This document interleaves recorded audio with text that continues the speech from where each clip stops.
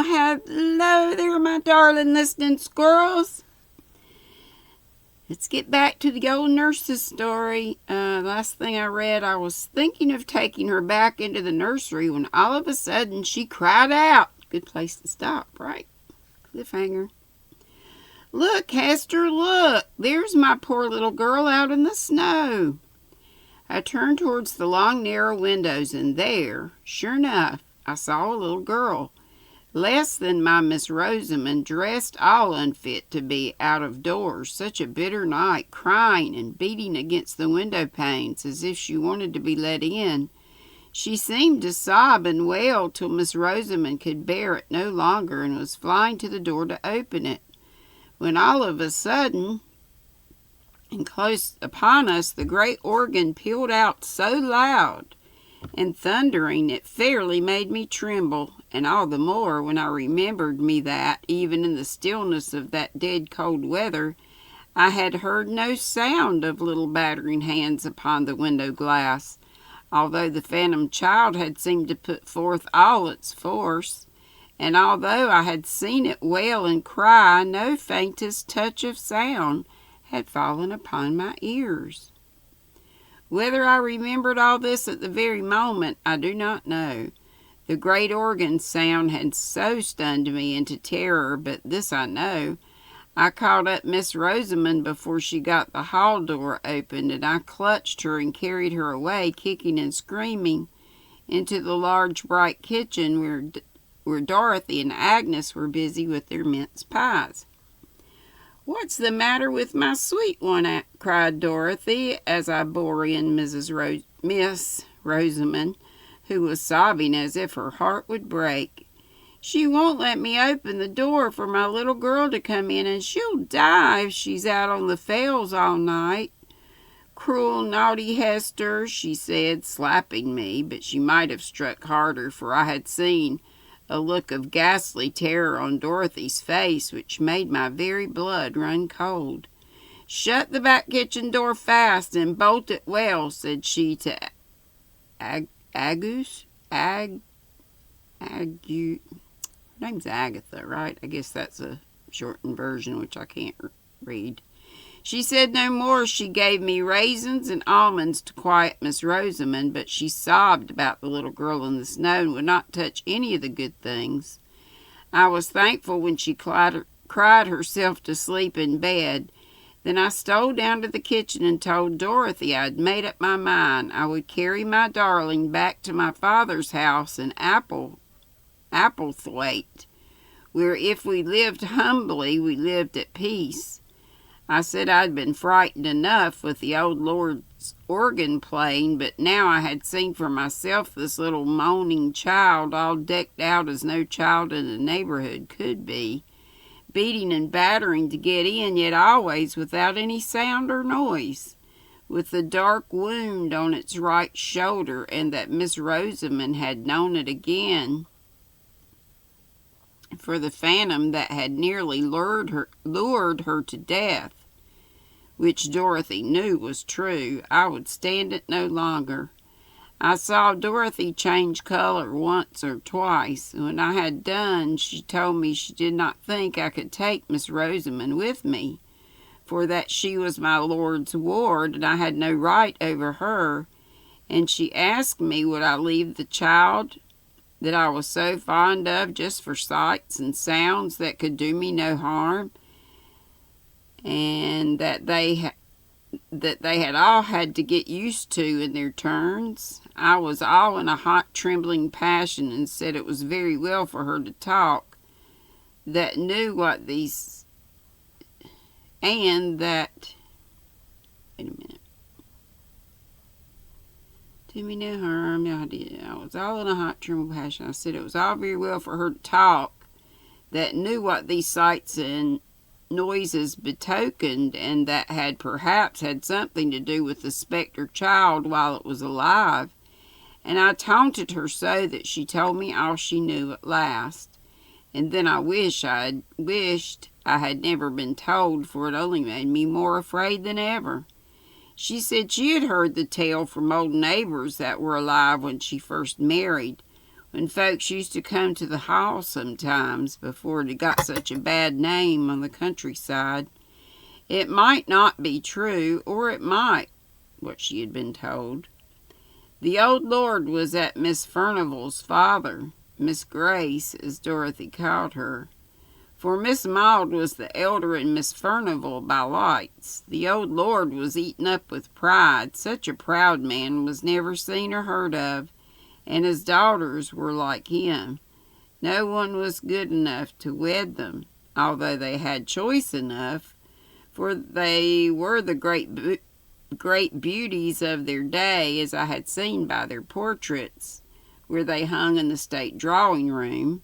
But as old saying goes, pride will have a fall, and these two haughty beauties fell in love with the same man, and he no better than a foreign musician, whom their father had down from London to play music with him at the manor house. For above all things, next to his pride, the old lord loved music. He could play on nearly every instrument that ever was heard of, and it was a strange thing it did not soften him. But he was a fierce, dour old man, and had broken his poor wife's heart with his cruelty, they said. He was mad after music and would pay any money for it. So he got this foreigner to come who made such beautiful music that they said the very birds on the trees stopped their singing to listen. And by degrees this foreign gentleman got such a hold over the old lord that nothing would serve him but that he must come every year. And it was he that had the great organ brought from Holland and built up in the hall where it stood now. He taught the old lord to play on it, but many a time, when Lord Furnival was thinking of nothing but his fine organ and his finer music, the dark foreigner was walking abroad in the woods with one of the young ladies, now Miss Maud, and then Miss Grace. Miss Maud won the day and carried off the prize, such as it was, and he and she were married, all unknown to anyone. And before he made his next yearly visit, she had been confirmed of a little girl at a farmhouse on the moors, while her father and Miss Grace thought she was away at Doncaster races. But though she was a wife and a mother, she was not a bit softened, but as haughty and passionate as ever. And her foreign husband paid a deal of court by way of blinding her, as he told his wife.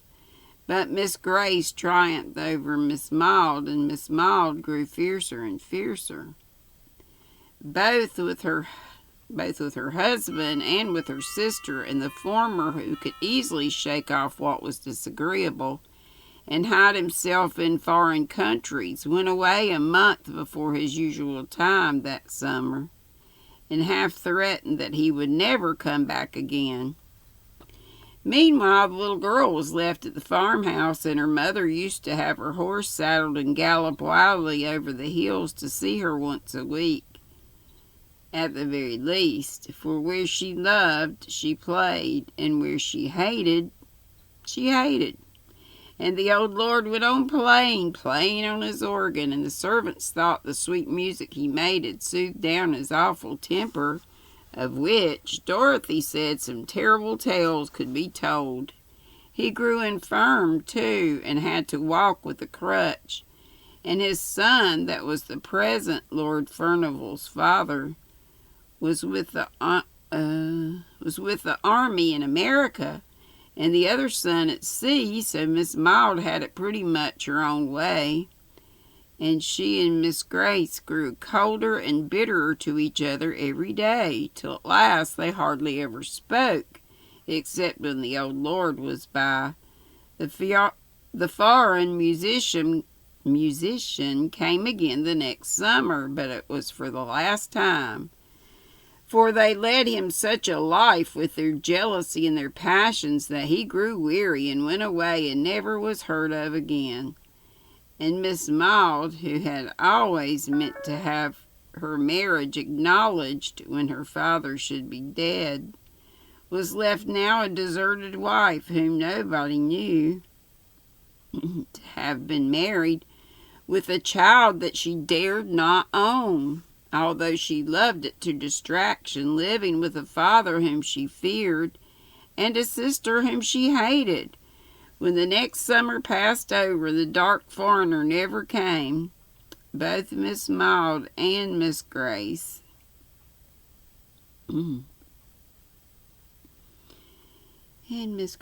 grew gloomy and sad, that they had a haggard look about them, though they looked handsome as ever.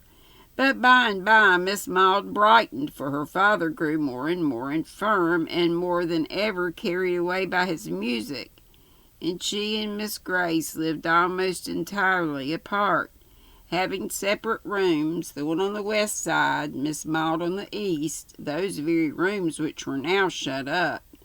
So she thought she might have her little girl with her, and no one need ever know, except those who dared not speak about it, and were about to believe that it was, as she said, a cottager's child she had taken a fancy to.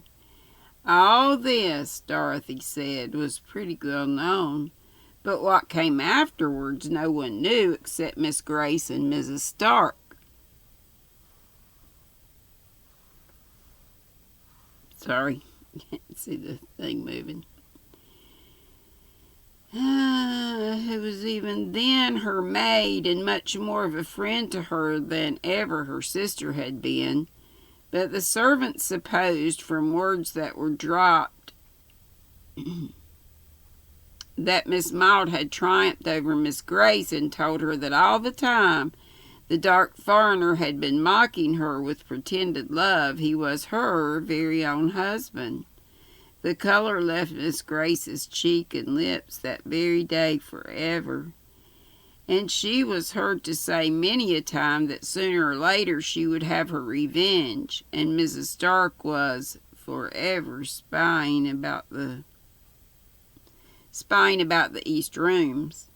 One fearful night, just after the new year had come in, when the snow was lying thick and deep and the flakes were still falling, fast enough to blind anyone who might be out and abroad, there was a great and violent noise heard, and the old lord's voice above all, cursing and swearing awfully, and the cries of a little child, and the proud defiance of a fierce woman, the sound of a blow, and a dead silence, and moans and wailings dying away on the hillside.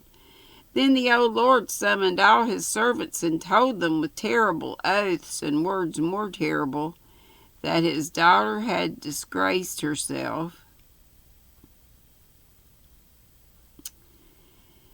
Lordy, disgraced herself. And that he had turned her out of doors, her and her child, and that if ever they gave her help or food or shelter, he prayed that they might never enter heaven. And all the while Miss Grace stood by him, white and still as any stone. But when he had ended, she heaved a great sigh, as much to say her work was done and her end was accomplished. But the old lord never touched his organ again, and died within the year. And no wonder, for on the morrow of that wild and fearful night, the shepherds coming down the fell side found Miss Maud sitting, all crazy and smiling under the holly trees, nursing a dead child, with a terrible mark on its right shoulder. But that was not what had killed it, said Dorothy. It was the frost and the cold. Every wild creature was in its hole, and every beast in its fold, while the child and its mother were turned out to wander on the fells. And now you know all, and I wonder if you are less frightened now?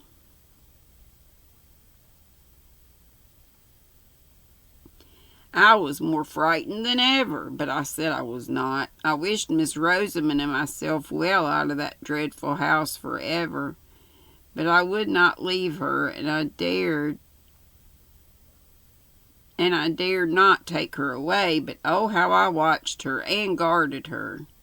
We bolted the doors and shut the window shutters fast an hour or more before dark, rather than leave them open 5 minutes too late. But my little lady still heard the weird child crying and mourning, and not all we could do or say keep her from wanting to go to her and let her in from the cruel wind and the snow. All this time I kept away from Mrs. Furnival and Mrs. Stark as much as ever I could, for I feared them. I knew no good could be about them, with their gray, hard faces and their dreamy eyes looking back into the ghastly years that were gone. But even in my fear, I had a kind of pity for Miss Furnival, at least. Those gone down to the pit can hardly have a more hopeless look than that which was ever on her face. At last I even got so sorry for her, who never said a word but what was quite forced from her, that I prayed for her and taught Miss Rosamond to pray for one who had done a deadly sin. But often, when she came to those woods, she would listen and start up from her knees and say, "I hear my little girl plaining and crying very sad. Oh, let her in or she will die." One night, just after New Year's Day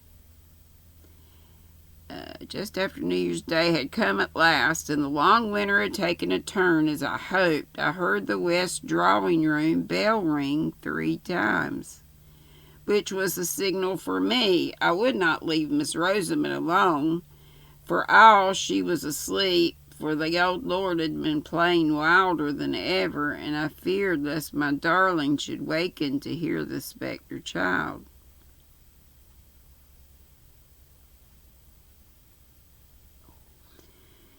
To go to sleep. Dang, where am I? Spectre child. Lest my darling should waken to hear the spectre child. See her I knew she could not. I had fastened the windows too well for that, so I took her out of bed and wrapped her up in such outer clothes as were most handy, and carried her down to the drawing room, where the old ladies sat at their tapestry work as usual. They looked up when I came in, and Mrs. Stark asked, quite astounded, why did I bring Miss Rosamond there out of her warm bed? I had begun to whisper because I was afraid of her being tempted out while I was away. By the wild child in the snow, when she stopped me short with a glance at Miss Furnival, and said Miss Furnival wanted me to undo some work she had done wrong, and which neither of them could see to unpick. So I laid my pretty dear on the sofa and sat down on a stool by them, and hardened my heart against them as I heard the wind rising and howling.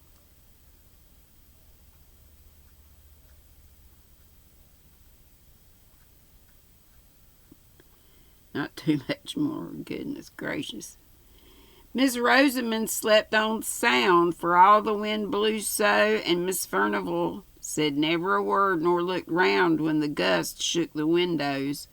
All at once she started up to her full height and put up one hand as if to bid us listen. "I hear voices," said she. "I hear terrible screams. I hear my father's voice." Just at that moment my darling wakened with a sudden start. "My little girl is crying. Oh, how she's crying." And she tried to get up and go to her, but she got her feet entangled in the blanket, and I caught her up, for my flesh had begun to creep at these noises which they heard while we could catch no sound. In a minute or two the noises came and gathered fast and filled our ears. We too heard voices and screams.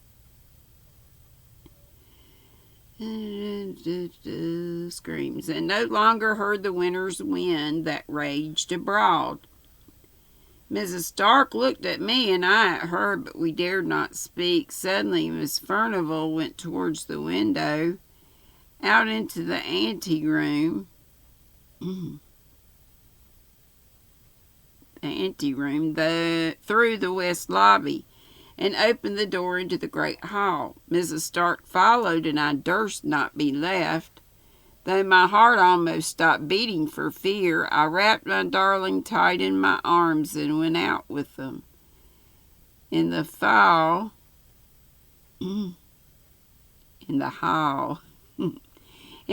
the screams were louder than ever. They seemed to come from the east wing, nearer and nearer, close on the other side of the locked-up doors, close behind them. Then I noticed... Get out of here. Then I noticed that the great bronze chandelier seemed all alight, though the hall was dim, and that a fire was blazing in the vast hearth place, though it gave no heat, and I shuddered up with terror and folded my darling closer to me. But as I did so, the east door shook, and she was suddenly struggling to get free from me. Cried, "Hester, I must go. My little girl is there. I hear her. She is coming. Hester, I must go." I held her tight with all my strength. With a set will, I held her. If I had died, my hands would have grasped her still. I was so resolved in my mind. Miss Furnivall stood listening and paid no regard to my darling, who had got down to the ground, and whom I, upon my knees now, was holding with both my arms clasped around her neck. She was still striving and crying to get free. All at once the east door gave way with a thundering crash, as if torn open in a violent passion, and there came into that broad and mysterious light the figure of a tall old man with gray hair and gleaming eyes. He drove before him with many a relentless gesture of abhorrence a stern and beautiful woman with a little child clinging to her dress. "Oh, Hester, Hester," cried Miss Rosamond, "it's the lady below the holly trees, and my little girl is with her. Hester, Hester, let me go to her. They are drawing me to them. I feed them. I feed them. I feel them. Gosh, I feel them. I feel them. I must go." Again she almost convulsed by her efforts to get away, but I held her tighter and tighter till I feared I should do her hurt. But rather than let her go towards those terrible phantoms, they passed along towards the great hall door, where the winds howled and ravened for their prey. But before they reached that, the lady turned, and I could see that she defied the old man with a fierce and proud defiance. But then she quailed, and then she threw up her arms wildly and piteously to save her child, her little child, from a blow from his uplifted crutch. And Miss Rosamond was torn as by a power stronger than mine, and writhed in my arms and sobbed, for by this time the poor darling was growing faint. Lord, this is never... It's almost done. 2 more paragraphs. Lord, help me stay awake. And I'm reading early. It's 5:30. "They want me to go with them on to the fells. They're drawing me to them. Oh, my little girl, I would come, but cruel, wicked Hester holds me very tight."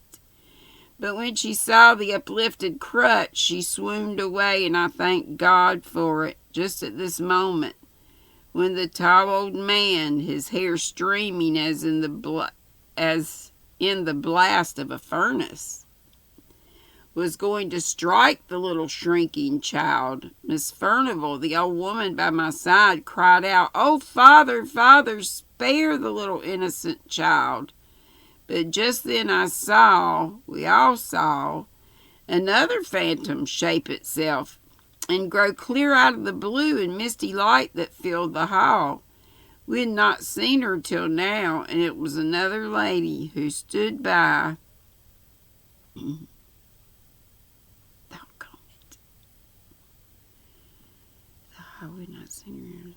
stood by the old man with a look of relentless hate and triumphant scorn. That figure was very beautiful to look upon, with a soft white hat drawn down over the proud brows, and a red and curling lip. It was dressed in an open robe of blue satin. I had seen that figure before. It was the likeness of Miss Furnival in her youth, and the terrible phantoms moved on, regardless of old Miss Furnival's wild entreaty, and the uplifted crutch fell on the right shoulder of the little child, and the younger sister looked on, stony and deadly serene. But at that moment the dim lights in the fire that gave no heat went out of themselves, and Miss Furnival lay at our feet, stricken down by the palsy, death-stricken. Yes, she was carried to her bed that night, never to rise again. She lay with her face to the wall, muttering low, but muttering always, "Alas, alas, what is done in youth can never be undone in age. What is done in youth can never be undone in age." And that's it. That's it, and that's all, like Miss Kelly says. How'd you like them apples? Love y'all. Be sweet, don't be ugly. See you tomorrow with another tale. Love you. Bye.